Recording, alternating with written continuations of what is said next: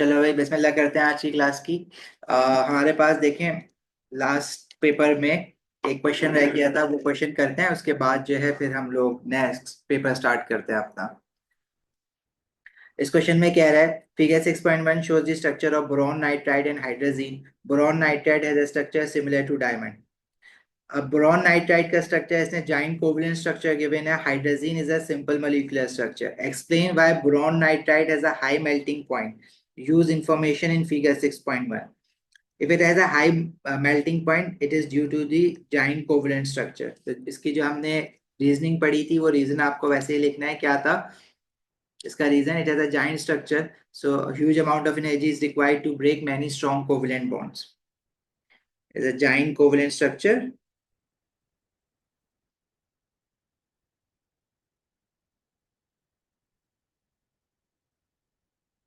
So huge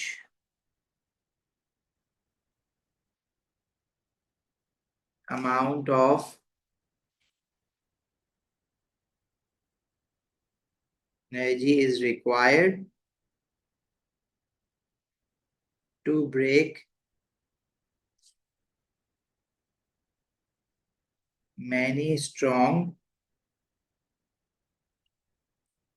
covalent bonds.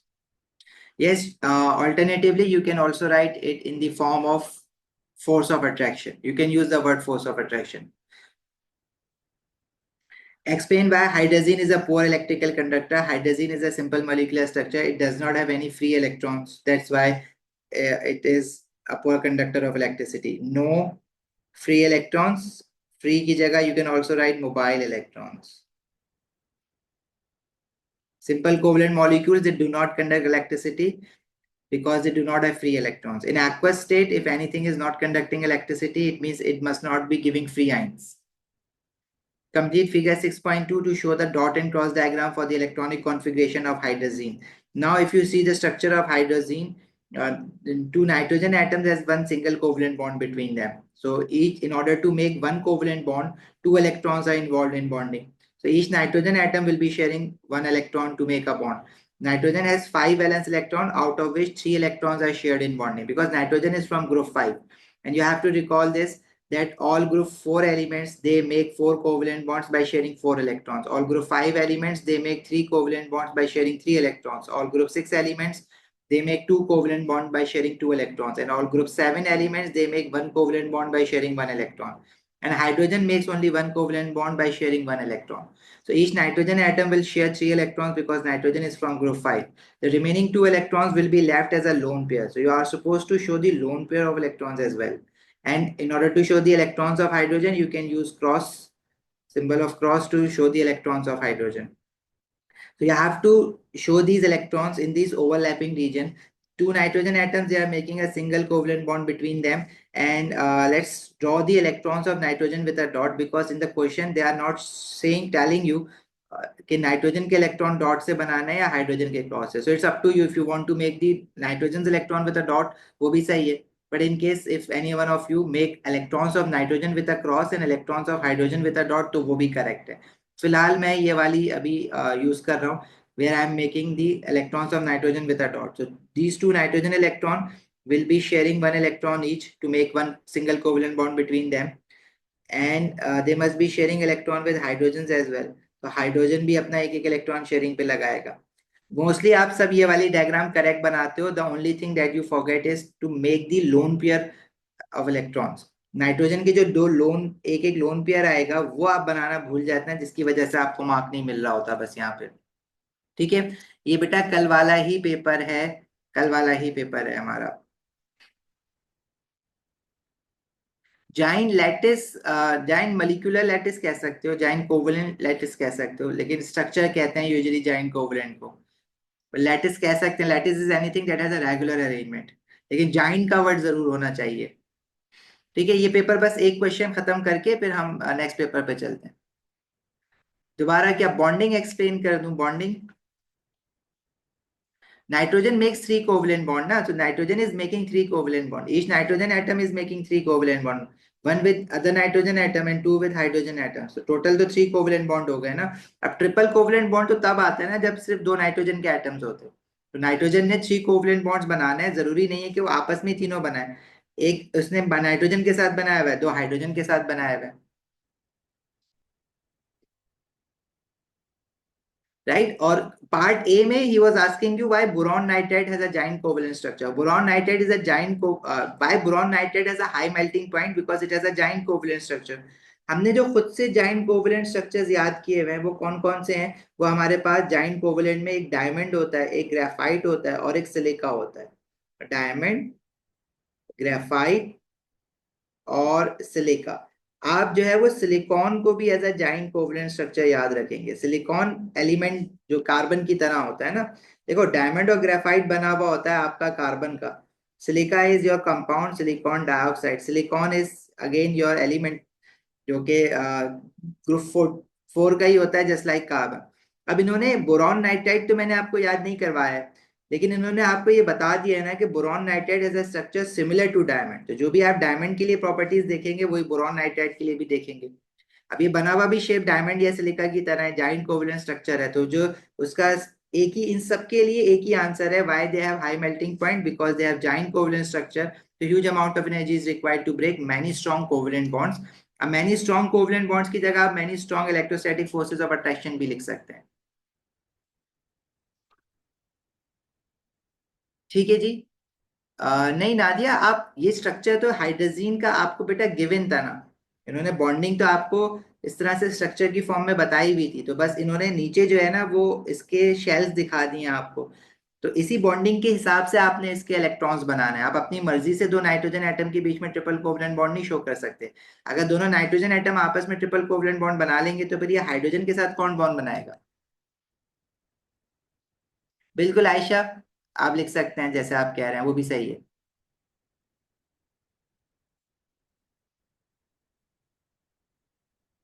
मैंने खुद से नहीं बनाए नाइट्रोजन के, आप नाइट्रोजन के दो एटम्स हैं, मॉलिक्यूल नहीं है। मैंने तो इस स्ट्रक्चर को देख के कंप्लीट किया अपनी डायग्राम। हाइड्रोजन की बॉन्डिंग बनाई भी है हमारे पास। Silica is not silicon, silica is silicon dioxide, silicon is just silicon. नहीं नादिया, आप ये नहीं कर सकते, बिकॉज देखो, if you have more than one atom of a single element and they are making a bond with each other, अगर वो एक से ज्यादा भी होते तो भाई all the nitrogen atom has to be shown with dots. Electrons of all the nitrogen atom has to be shown with dots. आप ऐसे नहीं कर सकते कि एक नाइट्रोजन का आपने डॉट से बना दिया, एक का क्रॉस से बना दिया, फिर हाइड्रोजन का किससे बनाएंगे आप? बहुत कंफ्यूजन हो जाएगी। अगर फॉर एग्जाम्पल मैं आपसे कहता मुझे ब्यूटेन की डॉट एंड क्रॉस डायग्राम बनानी है, तो इसमें जितने भी कार्बन है उन सबको डॉट से शो करना होगा आपको। एटीपी की क्लास कल है भाई हमारी। आप लोग स्केड्यूल तो फॉलो करें, आप इस तरह से फंस कर रहे हैं सिर्फ इतनी सारी चीजों का। आपको स्केड्यूल दिए हुए हैं, आप एक जगह उसको सेव करके रखें।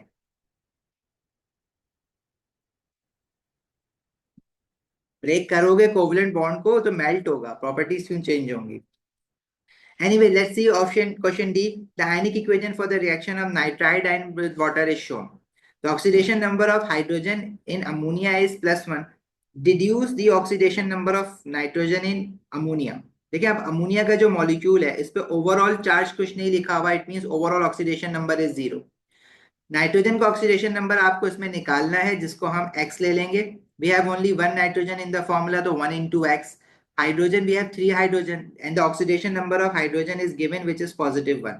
Overall oxidation number is 0. So you just have to solve this for x and the value of x will come out to be -3. So this is the oxidation number of nitrogen in the molecule of ammonia, which is -3. Right? Simple. Explain why this is not a redox reaction by referring to the oxidation number of nitrogen. Now, हमने rules जो पढ़े थे oxidation number के, वो क्या पढ़े थे? That hydrogen and oxygen does not change its oxidation number unless के वो एलिमेंटल फॉर्म में आ जाए। मतलब ऑक्सीजन हमेशा -2 रहेगा किसी भी कंपाउंड में और हाइड्रोजन हमेशा +1 रहेगा। अब अगर मैं नाइट्रोजन, इस पूरी इक्वेशन को देखूं तो इसमें सिर्फ है ही 3 एलिमेंट्स, हाइड्रोजन, ऑक्सीजन और नाइट्रोजन। हाइड्रोजन और ऑक्सीजन हम कह रहे हैं कि वो ऑक्सीडेशन नंबर चेंज ही नहीं कर रहा, तो फिर बचा क्या? सिर्फ और सिर्फ नाइट्रोजन बचा। अब नाइट्रोजन क्या अपनी ऑक्सीडेशन नंबर इंक्रीज भी कर रहा है या डिक्रीज भी कर रहा है? भाई रिडॉक्स रिएक्शन तो तब होगा ना जब ऑक्सीडेशन भी हो और रिडक्शन भी हो। तो क्या इसमें ऑक्सीडेशन और रिडक्शन दोनों हो रही हैं या नहीं हो रही, आपको ये देखना है। देखिए नाइट्रोजन का इनिशियली जो ऑक्सीडेशन नंबर था वो -3 था, nitrogen oxidation number was -3, it was changing to ammonia में नाइट्रोजन का ऑक्सीडेशन नंबर क्या चेंज हो रहा है, -3 से -3 है, मतलब चेंज ही नहीं हो रहा। तो किसी का ऑक्सीडेशन नंबर चेंज ही नहीं हो रहा है, तो आप ये कहेंगे कि this reaction is not a redox reaction because there is no change in the oxidation number of any atom, no change in oxidation number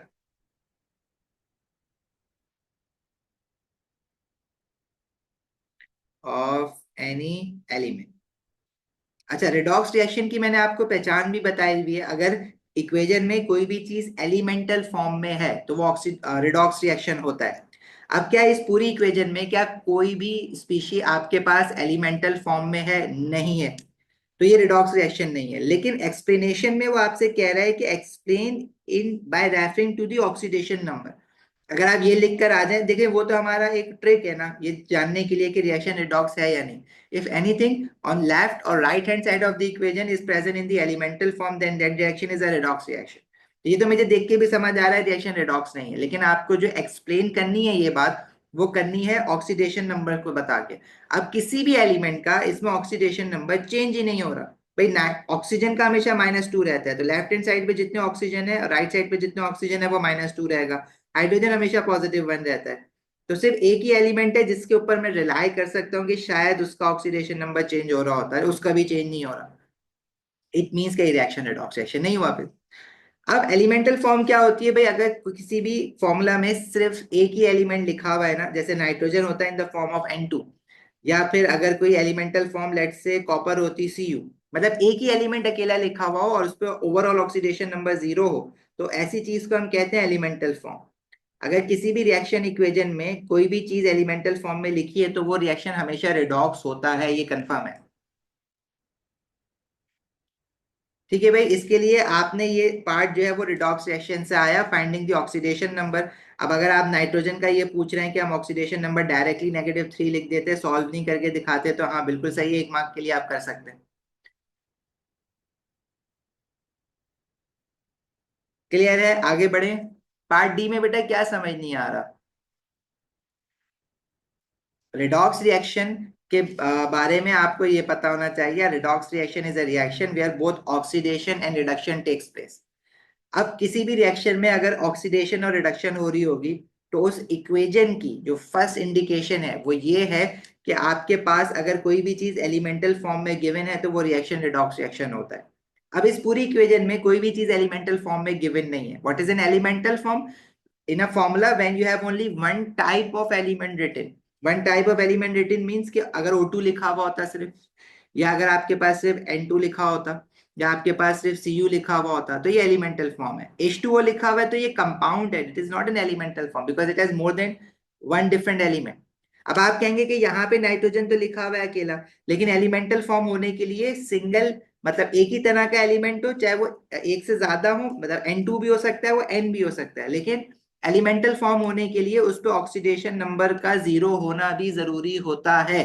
अब यहाँ पे इसका ऑक्सीडेशन नंबर -3 है, 0 तो नहीं है ना, तो ये एलिमेंटल फॉर्म नहीं है।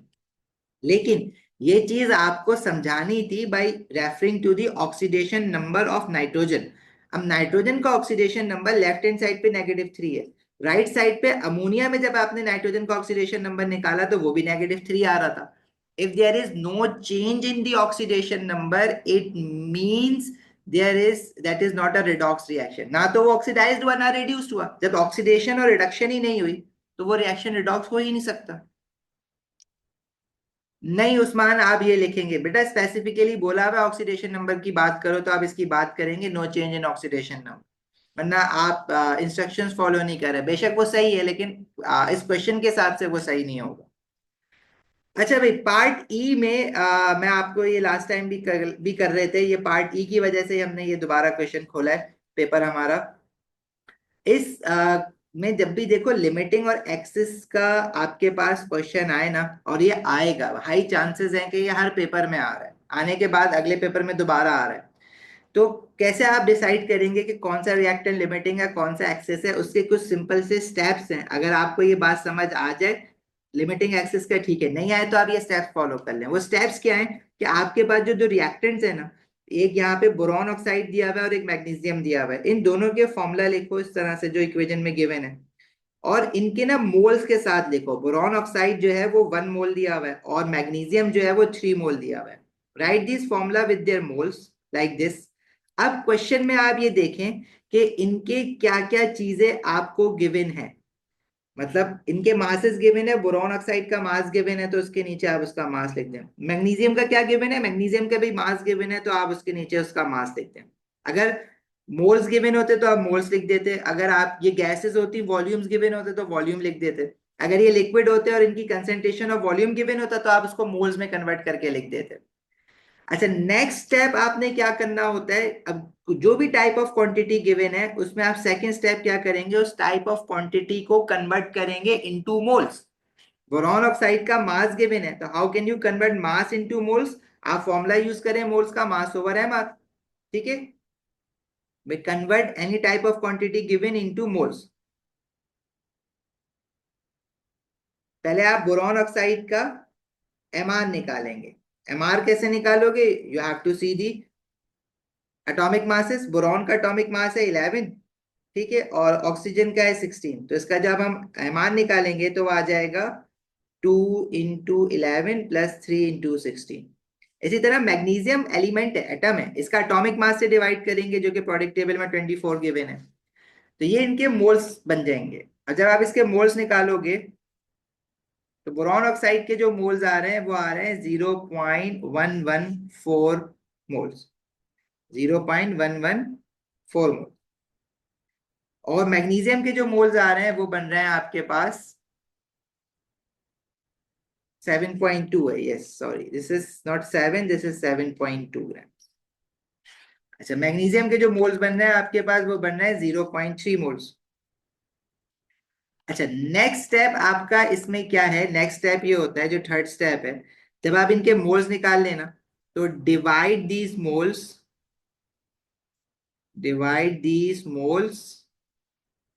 Bye stoichiometric moles. अब स्टोइचियोमेट्रिक मोल्स क्या होते हैं भाई, स्टोइचियोमेट्रिक मोल्स आपके पास वो मोल्स होते हैं जो कि आपके इक्वेशन में गिवन होते हैं। अब इक्वेशन में आपके पास मोल जो गिवन है, बेरियम बोरॉन ऑक्साइड के वो 1 मोल है, तो आपने इन मोल्स को 1 से डिवाइड कर दिया। और मैग्नीशियम के जो मोल्स गिवन है वो 3 मोल्स गिवन है, तो आपने इस मोल्स को 3 से डिवाइड कर दिया। अब आपके पास ये वैल्यूज आई 0.114 और 0.3 आपके पास बन जाएगा 0.1। This is your 0.1। ठीक है, अब इनमें से जो वैल्यू बड़ी आएगी वो आपका एक्सेस रिएक्टेंट है। तो बोरॉन ऑक्साइड बड़ा आ रहा है तो बोरॉन ऑक्साइड जो है वो आपका एक्सेस है। ठीक है, आप लिमिटिंग और एक्सेस के क्वेश्चन तक तो इस तरह से पहुंच जाएंगे। अच्छा, कभी कभार ये क्वेश्चन आता है जिसमें वो ये कहता है, शो नहीं करता, वो बताता नहीं है कौन लिमिटिंग और एक्सेस है, तो आप में यहाँ पे जो वैल्यू बड़ी आएगी वो एक्सेस में हो जाएगा आपका, तो आप लिख देंगे एक्सेस में क्या है, बोरॉन ऑक्साइड। लेकिन कभी कभार वो कहता है शो करें, जब वो कहते हैं ना शो कि विच रिएक्टेंट इज इन एक्सेस, तो उसमें फिर आपको ना एक स्टेटमेंट भी लिखनी होती है एंड। वो स्टेटमेंट क्या होती है, आप ये लिखेंगे कि बोरॉन ऑक्साइड जो है देखो उसके 0.114 मोल्स को अगर कंप्लीटली रिएक्ट करवाना है तो मैग्नीशियम के कितने मोल्स रिक्वायर्ड होंगे, बोरॉन ऑक्साइड और मैग्नीशियम में 1:3 का रेशियो है। If you want 0.114 of boron oxide to be completely reacted, तो आपको मैग्नीशियम के मोल जो चाहिए होंगे वो इसके 3 टाइम्स मोल्स चाहिए होंगे। मतलब आप इसको इस तरह से लिख सकते हैं, B2O3 needs 3 into 0.114 mole of magnesium, which is greater than available moles, जो कि कितने हैं, सिर्फ 0.1 मोल। मैग्नीशियम के जो मोल्स एक्चुअल में अवेलेबल हैं वो सिर्फ 0.1 है। इट मींस मैग्नीशियम कम पड़ जाएगा और जो रिएक्टेंट आपका कम पड़ेगा वो लिमिटिंग रिएक्टेंट है।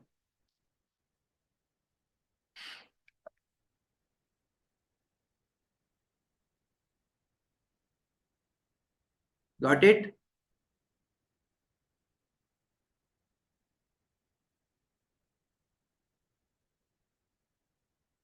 नहीं, मॉलिक्यूलर मास आपको शो नहीं करना कैसे निकालना है, डायरेक्टली यूज करना है। देखें आयशा, ये इम्पेरिकल फॉर्मूला वाला मेथड तो नहीं है, ये मैंने खुद बनाया हुआ है और ये सारे क्वेश्चंस में लगेगा आपके, लिमिटिंग और एक्सेस वाले। किसी दिन ना मैं सारे लिमिटिंग एक्सेस के निकाल के एक साथ करा दूंगा क्वेश्चन डिफरेंट टाइप के। ये सब में लगेगा, ये एक शॉर्टकट बन गया है, ये चल रहा है। ये मेरा किसी क्वेश्चन में शॉर्टकट फेल नहीं हो रहा, ये हर जगह पे लगेगा, आप बेफिक्र होकर इसको लगाएं। ये स्मॉलेस्ट नंबर वाली कहानी नहीं है, इसको एम्पेरिकल फॉर्मूला की तरह ट्रीट नहीं करना। ये एम्पेरिकल फॉर्मूला वाला चीज नहीं है, ठीक है। एम्पेरिकल फॉर्मूला वाली चीज नहीं है, ठीक है। ये आप यहाँ पे स्मॉलेस्ट नंबर नहीं लें, ये मैंने आपको सभी स्टेप्स लिखवा रहा हूँ। फर्स्ट स्टेप आपने जो भी इक्वेशन में गिवन है वो लिखे मोल्स के साथ। उसके बाद इनकी जो क्वांटिटी गिवन है उसको उसके मोल्स में कन्वर्ट कर दें। मोल्स में कन्वर्ट करने के बाद यहाँ पे स्मॉलेस्ट नंबर से डिवाइड नहीं किया है मैंने। मैंने इसको डिवाइड किया है कि इनके जो स्टोइचियोमेट्रिक मोल्स है ना, जो इक्वेशन में इनके मोल्स हैं उससे डिवाइड किया। जब भी मैंने देखो ये एरो बना दिए हैं यहाँ पे, इसमें से जो बड़ा है वो एक्सेस है, खत्म हो गया। अगर मोल्स ही गिवन हो तो आपने डायरेक्टली उन मोल्स को स्टोइचियोमेट्रिक मोल से डिवाइड करना है, और जो बड़ा है वो एक्सेस है, खत्म। अगर वॉल्यूम गिवन हो और इनकेस ये दोनों गैसेस हैं तो पहले इनको 24 से डिवाइड करो, फिर स्टोइचियोमेट्रिक मोल से डिवाइड करो, जो बड़ा है वो एक्सेस है। अगर कंसंट्रेशन ऑफ वॉल्यूम गिवन है किसी चीज का तो उसकी सीवी करके मोल्स निकालो, फिर स्टोइचियोमेट्रिक मोल से डिवाइड करो, जो बड़ा है वो खत्म, एक्सेस है। बिल्कुल मार्क्स मिलेंगे इसके, क्यों नहीं मिलेंगे, सारी वर्किंग कर रहे हो तुम।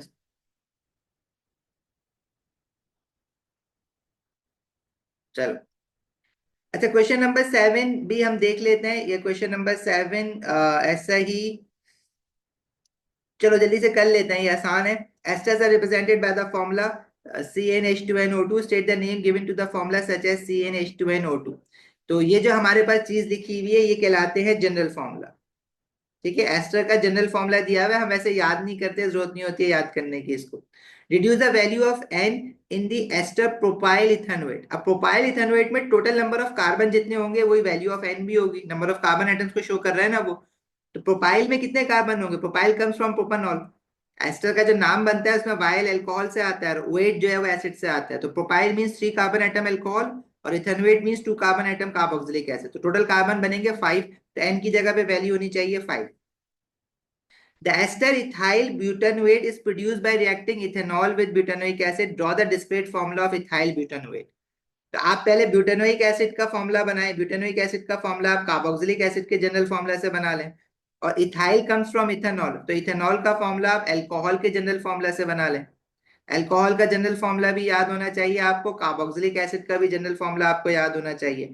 कार्बोक्सिलिक एसिड के फॉर्मूला में आपको ये बात याद होनी चाहिए कि कार्बोक्सिलिक एसिड जो है उसमें अगर 4 कार्बन एटम वाला कार्बोक्सिलिक एसिड बनाना है तो एन की जगह पे आप 3 रखेंगे। लेकिन अल्कोहल में अगर 2 कार्बन एटम वाला अल्कोहल बनाना है तो एन की जगह पे आप 2 ही रखेंगे। देखो, अब ब्यूटानोइक एसिड में 4 कार्बन एटम है। मैं एस्टर स्टेप बाय स्टेप आपको बनाना सिखा चुका हूं, लेकिन आपने जो है ना, अभी यहाँ पे 1 मार्क के लिए मैं आपसे ये नहीं कह रहा कि आप पूरा एसिड का फॉर्मूला बनाएं फिर अल्कोहल बनाएं फिर दोनों को करीब करीब लाएं फिर उसको मिटाएं और फिर बॉन्ड ज्वाइन करें। भाई मैंने आपको क्या बताया, एस्टर में ये वाला फंक्शनल ग्रुप होता है कार्बन डबल बॉन्डेड ऑक्सीजन, ये एस्टर फंक्शनल ग्रुप है, ये तो होगा ही होगा ना हर हाल में। इस COO के पीछे वाला पार्ट एसिड से आता है और आगे वाला पार्ट अल्कोहल से आता है। अब ये एस्टर बनना है बीच में, एस्टर बनाने के बाद इसके पीछे लेफ्ट साइड पे आपको एसिड बनाना है।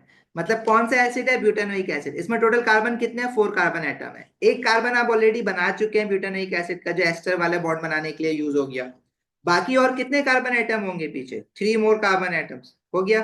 आगे कितने कार्बन एटम्स होंगे वो अल्कोहल डिसाइड करेगा। अल्कोहल है इथेनॉल, तो इथेनॉल में कितने कार्बन एटम होंगे, 2 कार्बन एटम होंगे, ठीक है जी।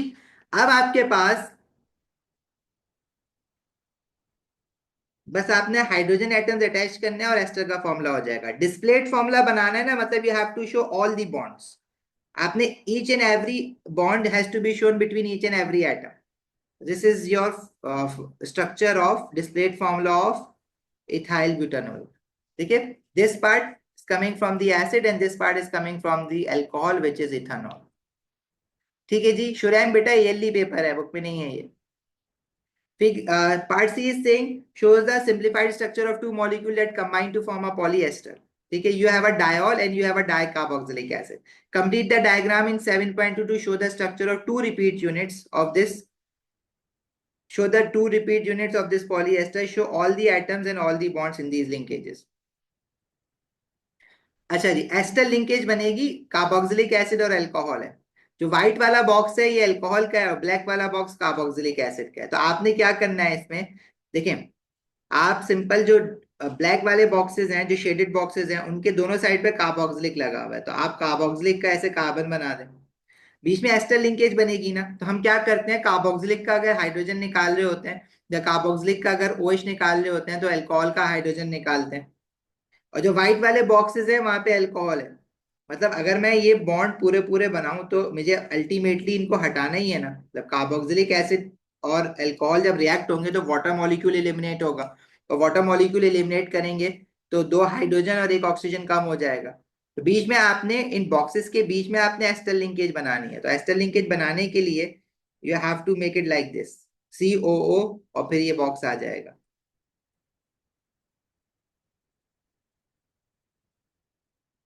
और जो ब्लैक वाला बॉक्स है उसके साइड पे कार्बोक्सिलिक, और जो व्हाइट वाला बॉक्स है उसके साइड पे अल्कोहल।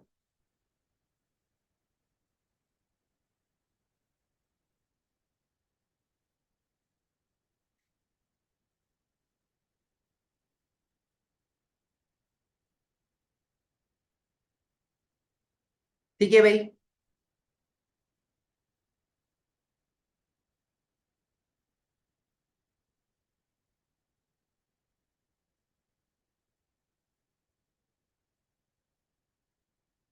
जी बिल्कुल, ये डायग्राम लिखा हुआ है ना, तो आप पेंसिल से बना सकते हैं, बिल्कुल बना सकते हैं।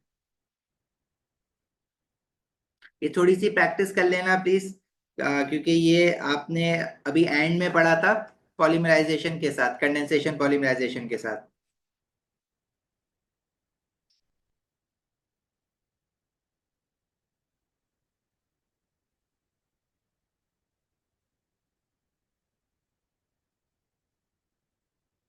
देखो बेटा, ये वाला काम अगर आपने पढ़ा हुआ है तो आपको ये पता होगा कि कार्बोक्सिलिक और अल्कोहल मिलके एस्टर बनाते हैं। अगर ये लेट से मैं यही मोनोमर्स एक दूसरे के आसपास रख देता, इन्होंने तो हमें बॉक्सेस बना के दे दिए, अदरवाइज बॉक्सेस तो हम लोग खुद बना रहे होते हैं। इन्होंने हमें थोड़ा सा हेल्प आउट कर दिया है चीजों में। अब हमारे पास ये जो कार्बोक्सिलिक फंक्शनल ग्रुप है, ये वाला COOH, ये जब अल्कोहल के साथ बॉन्ड बनाएगा तो यहाँ पे एस्टर बनता है। और एस्टर कैसे बनता है, जैसे कार्बोक्सिलिक का हमारे वहां हमेशा हम OH निकालते हैं और अल्कोहल का हाइड्रोजन निकालते हैं, तो ये C और O आपस में बॉन्ड बना लेंगे। तो ये मेरे पास ये कार्बोक्सिलिक था और इसके बराबर में अल्कोहल था। व्हाइट वाले जो बॉक्सेस है उनके दोनों एंड पे अल्कोहल फंक्शनल ग्रुप है। पॉलीमर बनने से पहले ये कुछ ऐसे दिखेंगे, वो मैंने मोनोमर ऊपर से बस कॉपी करा है नीचे यहाँ पे। तो इसमें हम करते क्या है, कार्बोक्सिलिक का OH और अल्कोहल का हाइड्रोजन निकाल देंगे।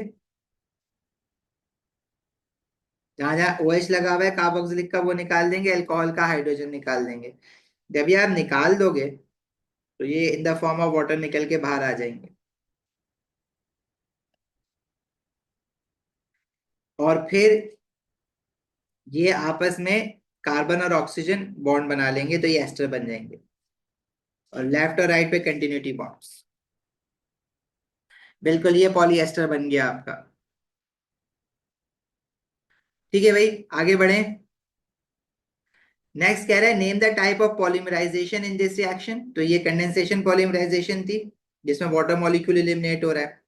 PET is plastic. Describe a chemical process involved in converting used PET into a new plastic. ठीक है। अब वो कह रहा है कि PET को एक पॉलीमर है, पॉलीमर से अगर मुझे न्यू प्लास्टिक बनाना है तो पॉलीमर की हमने एक चीज पढ़ी थी, ब्रेक डाउन ऑफ पॉलीमर। किसी भी पॉलीमर को ब्रेक डाउन करने के लिए हम हाइड्रोलिसिस करते हैं, लेकिन हमारे सिलेबस में ना हाइड्रोलिसिस के वर्ड की जगह पे एक न्यू वर्ड इंट्रोड्यूस हो गया है, उसको हम कहते हैं रीपॉलीमराइजेशन। कह रहे हैं इस प्रोसेस को डिस्क्राइब करें फॉर 2 मार्क्स। भाई, it is रीपॉलीमराइज्ड,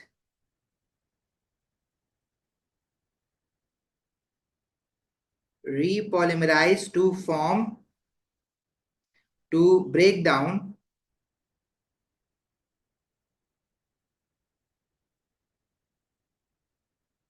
polymer into its monomers। वापस उसको ब्रेक डाउन करके हम मोनोमर बना लेंगे।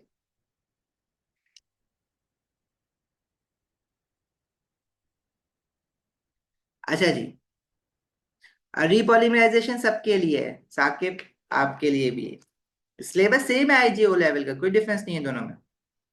नहीं, एस्टर का जनरल फॉर्मूला याद नहीं रखना, उसने दिया हुआ है, वो याद नहीं करना था पहले, इसलिए उसने खुद बताया हुआ है।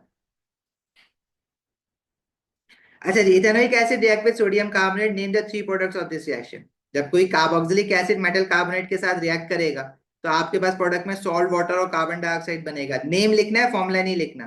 तो जो सॉल्ट बनेगा, sodium ethanoate,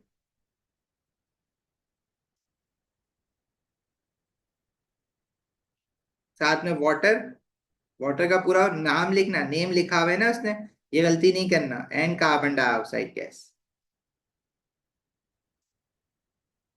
Ethanoic acid is a liquid at room temperature. Describe the arrangement and motion of particles in liquid.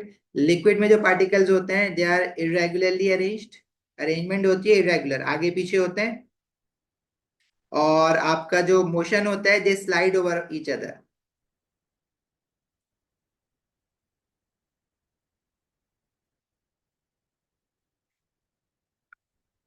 Chemical formula sodium ethanoate का बेटा ये होता है, सोडियम CH3COO। वाटर का और कार्बन डाइऑक्साइड का तो आपको पता है। इक्वेशन प्रैक्टिस करनी है आपको, इक्वेशन भी मांग सकता है। चले भाई, we are done with this paper. अभी जो है आईजी का पेपर स्टार्ट कर रहे हैं, क्लास आपने सबने लेनी है उसकी भी।